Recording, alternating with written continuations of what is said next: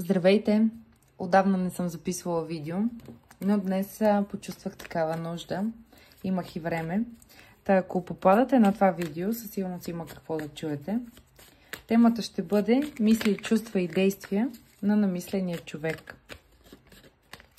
Нека да видим какво ще ни кажат днес картите и в каква история ще ни отведат.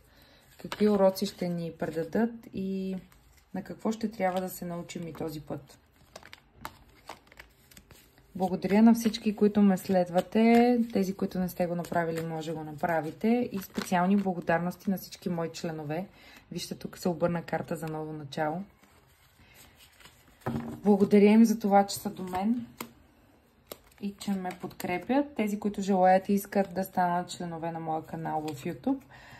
Има информация. При повече въпроси може да ме попитате.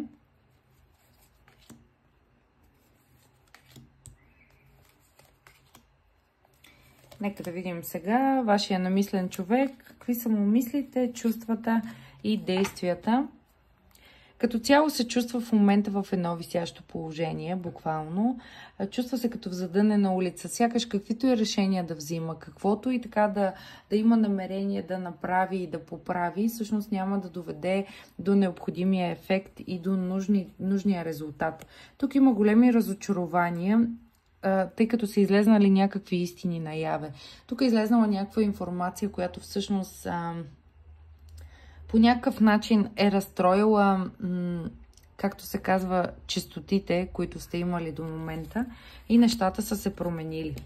Нека да видим сега какви са мислите на намисления от вас човек.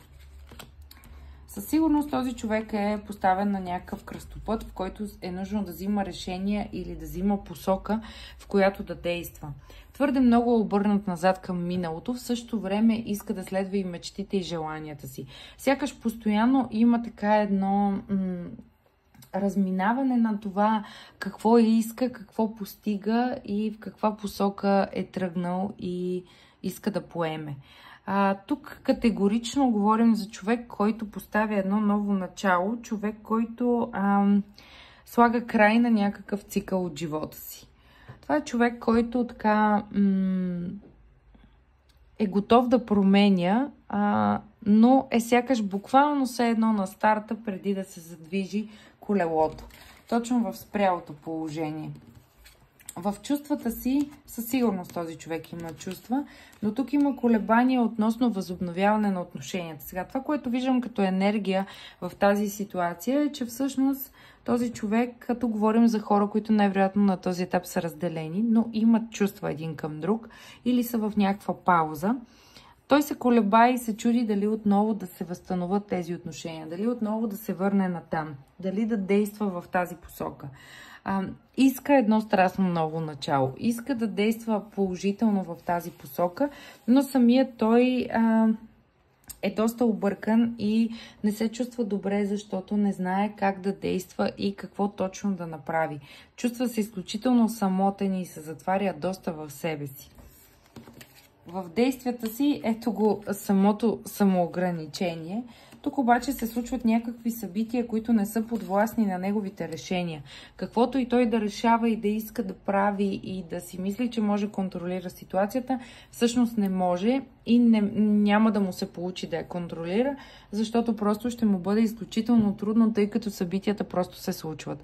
Събитията просто действат по друг начин. Те действат извън неговия контрол. А той е човек, който със сигурност желая и иска да контролира хора, ситуации, може също така да заема постове, в които така да има подчинени, да налага някакъв контрол.